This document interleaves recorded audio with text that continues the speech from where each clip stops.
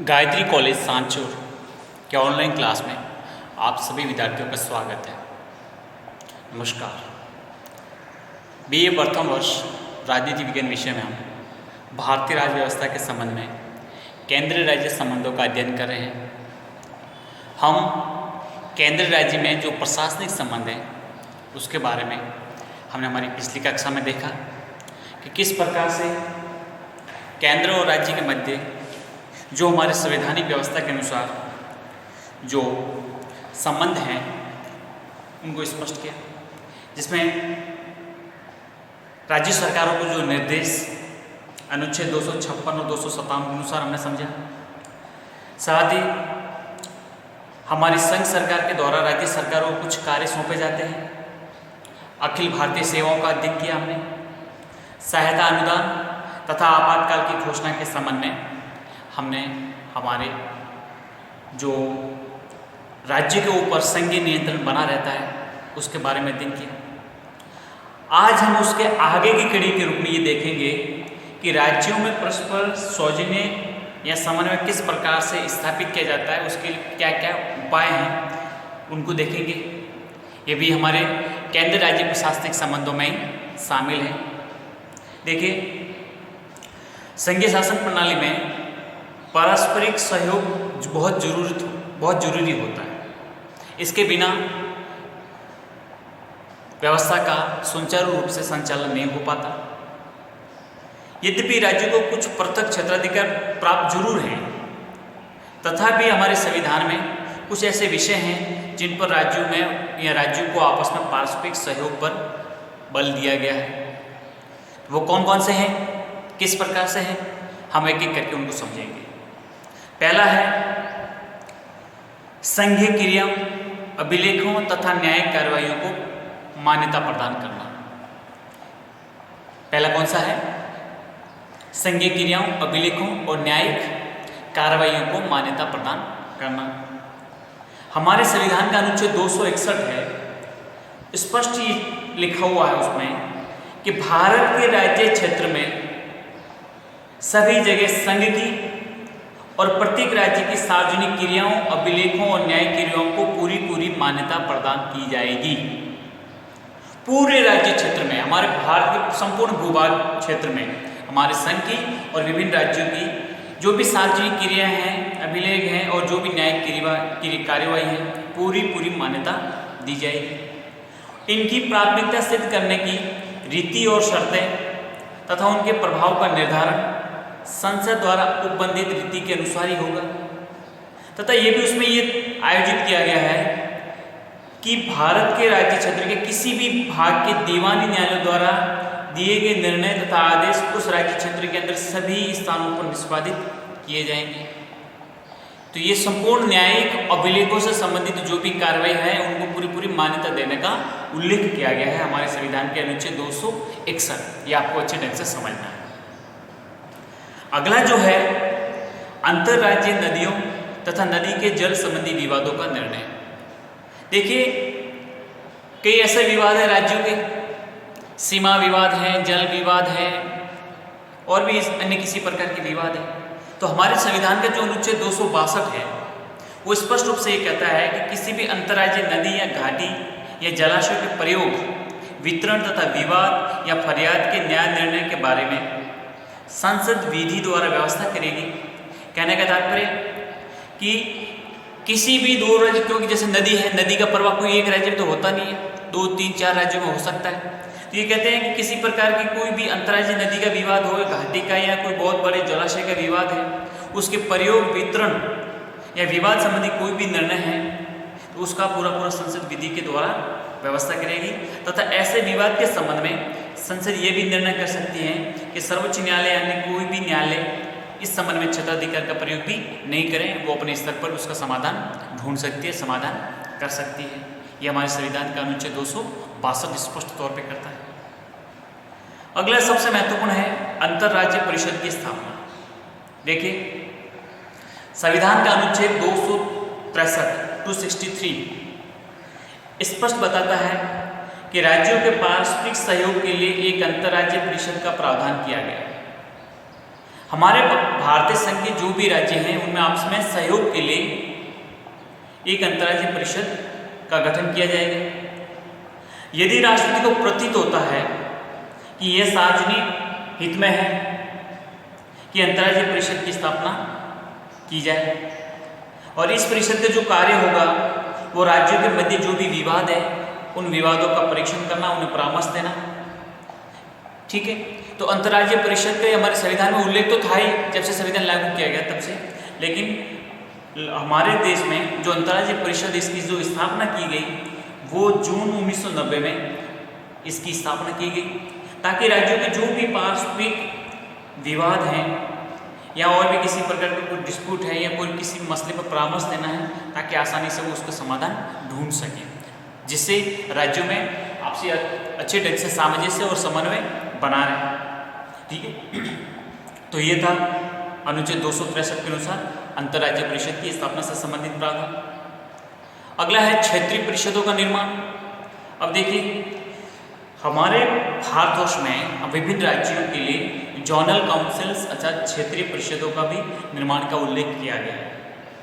क्षेत्रीय परिषद हैं उनका निर्माण अब तक हो चुका है।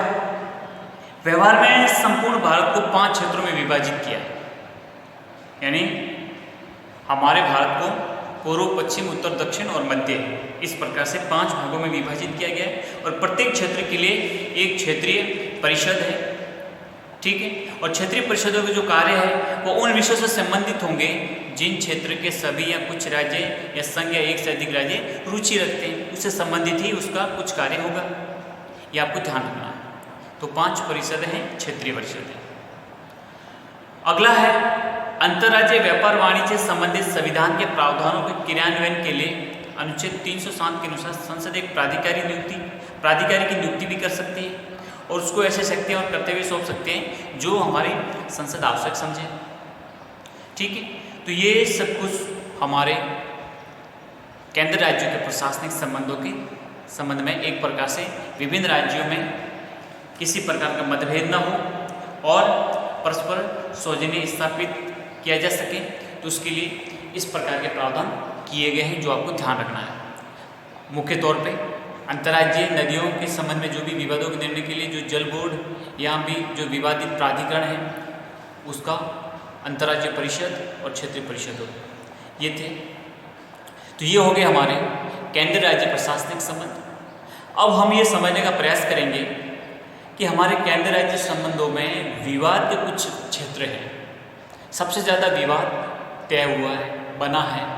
ये विवाद क्यों तैयार हुआ, क्या कारण है इस विवाद के और किन किन क्षेत्रों में किन किन विषयों पर विवाद हुआ है, एक एक करके समझेंगे। ये हमारे लिए समझना बेहद जरूरी है। तो आइए इसकी शुरुआत करते हैं, समझते हैं कि आखिर विवादास्पद क्षेत्र हैं क्या जो हमारे प्रशासनिक मामलों में दखलंदाजी करते हैं। देखो, अपने जो प्रारंभिक वर्ष थे उसमें भारतीय संघ की एक प्रमुख विशेषता ये थी कि भाई हम केंद्र और राज्यों के मध्य सहयोग को बढ़ावा दिया जाए। लेकिन जो जो संविधान और संघ प्रणाली आगे बढ़ती गई क्यों थी उसमें दरारें भी दिखने लगी। कालांतर में केंद्र और राज्यों के मध्य अनेक मुद्दों को लेकर मतभेद पैदा हुए। चौथे आम चुनावों के बाद विशेष तौर से देखें और उसके बाद समय समय पर उत्पन्न जो भी दलीय स्थिति है उसके कारण भारतीय राजनीति में एक नया मोड़ आया। ठीक है, कहने के तात्पर्य अब संघ प्रणाली का क्रियान्वयन एक दल प्रधान ढांचे के बजाय बहुदलीय प्रतियोगिता राजनीति के ढांचे में होने लगा। आप सभी को पता है देश की आज़ादी के बाद से लगातार चौथे आम चुनावों तक कंटिन्यू हमारे देश में भारतीय राष्ट्रीय कांग्रेस का ही शासन रहा है। लेकिन जब धीरे धीरे चौथे आम चुनाव बाद देखते हैं तो राज्यों में स्थिति बदलती है, गैर कांग्रेसी सरकारें आती है और गैर कांग्रेसी सरकारें आने के बाद में हमारे केंद्र और राज्यों के मध्य जो मतभेद थे वो उभरने शुरू हो गए। पहले क्या था, एक ही पार्टी थी, केंद्र में कांग्रेस, राज्यों में कांग्रेस, तो कोई मतभेद बाहर नहीं आते थे। लेकिन जब गैर कांग्रेसी सरकार सत्ता में आई तो मतभेद शुरू हो गए। फिर दूसरा अपन ये भी देखते हैं कि अब एक दलीय प्रधान ढांचा था वो अब उसकी जगह बहुदलीय प्रधान ढांचा आ गया, अर्थात कई दल सत्ता में आए। यूँ कह सकते हैं कि चौथे आम चुनाव के बाद कांग्रेस दल का जो एकाधिकार था वो अब समाप्त हो गया। अनेक राज्यों में गैर कांग्रेसी दलों की सरकार बनी और ये गैर कांग्रेसी सरकारें हैं वो केंद्रीय सरकार को अविश्वास और शंका की दृष्टि से देखने लगी। उनको ऐसा लगा कि केंद्र की सरकार हमारे मामलों में, राज्यों के विषयों में, ये राज्यों के जो प्रशासनिक ढांचे हैं उसमें दखलंदाजी करके एक हमारी सरकार को अस्थिर करने पर या अस्थिर करने का काम करती है। इस कालावधि में कई राज्यों में क्षेत्रीय और प्रादेशिक दलों का अभ्युदय हुआ। अब इसमें क्या हुआ कि कांग्रेस से जो भी मतभेद वाले थे तो धीरे धीरे करके कई प्रकार के क्षेत्रीय दल पैदा हुए, सामने आए। क्षेत्रीय दलों का मुख्य ध्येय क्या था? ज़्यादा से ज़्यादा अपनी शक्ति में वृद्धि करना और केंद्रीय सत्ता को दुर्बल करना था। उनका मुख्य मकसद यही था। अपने क्षेत्रीय मुद्दों को ऊपर उठाकर उन्होंने काम करना शुरू किया ताकि अपने क्षेत्र की जनता का ध्यान अपनी तरफ आकर्षित करके उनको ये लगे, एहसास हो कि नहीं, हमारे हितों की कोई लड़ाई लड़ रहा है तो यही दल लड़ रहा है। इसलिए उनका मकसद क्या था कि अपनी क्षेत्रीय ताकत को बढ़ाना और केंद्र की शक्ति को कम करना, या केंद्रीय सत्ता को दुर्बल करना। गैर कांग्रेसी दलों को मुख्यमंत्री तो प्राय छोटी छोटी बातों पर टूल देते थे, केंद्र के विरुद्ध कई बार शिकायतें प्रस्तुत करते थे। इससे क्या हुआ, हमारे देश में संघ और राज्यों के मध्य कई प्रकार के केंद्र राज्यों के मध्य तनाव पैदा शुरू हो गए, मतभेद पैदा शुरू हो गए। तो अब हम ये देखने का प्रयास करें कि किन किन आधारों पर इनके जो मतभेद बने हुए हैं। तो सबसे पहले देखते हैं जो विवादित मुद्दा है वो है राज्यपाल का पद। आप सभी को पता है, हमने राज्यपाल पूर्व कक्षों में पढ़ा हुआ है, देखें कि ये राष्ट्रपति के द्वारा नियुक्त किए जाते हैं। तो ये राज्यपाल का पद क्यों विवादास्पद है समझते हैं, लेकिन सबसे पहले उसका संवैधानिक ढांचा समझते हैं कि राज्यपाल होते हैं या राज्यपाल का जो पद है वो एक संवैधानिक है और संवैधानिक प्रमुख है। लेकिन 14 आम चुनाव के बाद राज्यपालों के अधिकार क्षेत्र, नियुक्ति के तरीके आदि को लेकर केंद्र और राज्यों में मतभेद उत्पन्न हुए। गैर कांग्रेसी राज्य सरकार बराबर ये आरोप लगाती रही है कि केंद्र राज्यपालों के माध्यम से उनकी सरकार को पदच्युत करने में लगा हुआ है। जो भी गैर कांग्रेसी सरकार थी, अन्य दलों की जो भी सरकार थी, उनका आरोप यही था कि केंद्र सरकार जो जिसमें कांग्रेस की सरकार है वो हमारे यहाँ पर राज्यपाल के माध्यम से हस्तक्षेप करवा के हमारी सरकार को पद से हटाने का काम करते हैं। और गैर कांग्रेसी मुख्यमंत्रियों का यह भी कहना था कि उनके राज्यों में राज्यपालों की नियुक्ति करते समय उनसे परामर्श किए जाने की परंपरा का केंद्र पालन भी नहीं कर रहा। उनका ये भी तर्क था कि जिस व्यक्ति को पर्टिकुलर राज्य का राज्यपाल बनाया जा रहा है तो परंपरा ये है कि उस राज्य के जो भी मुख्यमंत्री उनसे परामर्श किया जाए, लेकिन केंद्र हमारे से परामर्श भी नहीं करता है, डायरेक्ट वहाँ से नियुक्ति करता है। तो ये भी गैर कांग्रेस सरकार को, मुख्यमंत्रियों को अच्छा नहीं लग रहा था। और कुछ राज्यपालों ने तो सुनिश्चित लोकतांत्रिक अभिषेकों का पालन भी नहीं किया। आभास मिलता था कि उन्हें केंद्रीय सरकार के एजेंट में निर्वाह करने में अपना कर्तव्य दृष्टि मान लिया। देखो, कुछ राज्यपाल तो ऐसे थे कि उन्होंने हमारे देश की जो लोकतांत्रिक नियम है या जो भी अभिशमय हैं उनका कोई पालन ही नहीं किया। उनको तो यूँ लगती थी कि बस हम केंद्र सरकार के एजेंट हैं और केंद्र सरकार के एजेंट की भूमिका निर्वाह करने में अपना कर्तव्य इतिश्री मान लिया। ठीक है, केंद्र सरकार के एजेंट के रूप में भूमिका निभानी शुरू कर ली। इसमें कई हमारे देश के ऐसे राज्यपाल हैं राज्यों के जो आज भी हम उनको जब भारतीय राज्य व्यवस्था का अध्ययन करते हैं, जब राज्यपाल पद के मूल्यांकन करते हैं तो दिखाई देता है। जैसे एग्जाम्पल के लिए आपको मैं बताऊं, जो पश्चिम बंगाल के एक राज्यपाल थे धर्मवीर की जो भूमिका थी उसको लेकर पश्चिम बंगाल और केंद्र सरकार के मध्य इतना विवाद उग्र हो गया कि अंततः राज्यपाल को वहाँ से स्थानांतरित करना पड़ा। उसी प्रकार से हरियाणा के राज्यपाल थे तपासे, जम्मू कश्मीर के राज्यपाल थे जगमोहन, आंध्र प्रदेश के राज्यपाल थे तत्कालीन समय में रामलाल। इनकी भूमिका ऐसे विवाद के विषय बनी कि उन राज्यों और केंद्र के साथ जबरदस्त तरीके से मनमुटाव पैदा हुआ। ठीक है, इसलिए वर्तमान में भी देखा जाए तो राज्यपाल का पद और भूमिका अत्यधिक विवाद का विषय बना हुआ है। आप देखेंगे कि उत्तर प्रदेश के राज्यपाल रोमेश भंडारी और बिहार के राज्यपाल सुंदर सिंह भंडारी की भूमिका भी अत्यधिक विवादों या कटु विवादों को जन्म दिया। ठीक है, तो कह सकते हैं कि राज्यपाल अपनी ज़्यादा स्वामी भक्ति संविधान के प्रति न जताकर केंद्र में निहित सरकार के प्रति जताते हैं, जिससे केंद्र और राज्यों के मध्य तनाव का प्रमुख कारण बन जाता है ये राज्यपाल का पद। इसलिए आज भी एक विवादित विषय के रूप में राज्यपाल का पद बना हुआ है। अगला हम देखते हैं वो है नौकरशाही, कि नौकरशाही ने किस प्रकार से केंद्र राज्य संबंधों को बिगाड़ने में, केंद्र राज्य संबंधों को खराब करने में भूमिका निभाई है। ये आरोप है, कितना सत्य है, क्या है, देखिए नौकरशाही एक प्रशासनिक विषय है जिस पर केंद्र और राज्यों के मध्य मतभेद हमेशा दिखाई देते आए हैं। भारत में अखिल भारतीय सेवाओं के माध्यम से संघ सरकार राज्यों पर नियंत्रण रखती है, ये बात बिल्कुल तय, सब स्पष्ट है। मैंने आपको पिछली कक्षा में स्पष्ट भी किया है कि जो अखिल भारतीय सेवा है और अखिल भारतीय सेवा के अधिकारियों की नियुक्ति संघ लोक सेवा आयोग के माध्यम से होती है, ठीक है, और ये राज्य सरकारों में काम करते हैं। संविधान में संघ और राज्य सरकारों के लिए अलग अलग सेवाओं का भी उल्लेख किया गया है, परंतु ब्रिटिश शासन से विरासत में हमने एकीकृत उच्च प्रशासनिक सेवाओं की पद्धति प्राप्त की थी। जिस प्रकार से हमारा अखिल भारतीय सेवाओं का जो ढांचा है ये पूरी तरह से ब्रिटिश शासन से विरासत में मिला हुआ है। उसके अनुसार अखिल भारतीय सेवाओं के कर्मचारी संघ और राज्य दोनों जगह काम करते हैं, राज्यों में भी काम करते हैं और हमारे केंद्र में भी काम करते हैं। संविधान में ये व्यवस्था है कि भारतीय प्रशासनिक सेवा और भारतीय पुलिस सेवा संघ और राज्यों में समान रूप से कार्य करेगी। ये हमारे संविधान में ऐसा उल्लेख किया गया है। लेकिन पुनः वही बात दोहराता हूँ कि चौथे आम चुनाव के बाद नौकरशाही के समय में दो बड़े प्रश्न आए।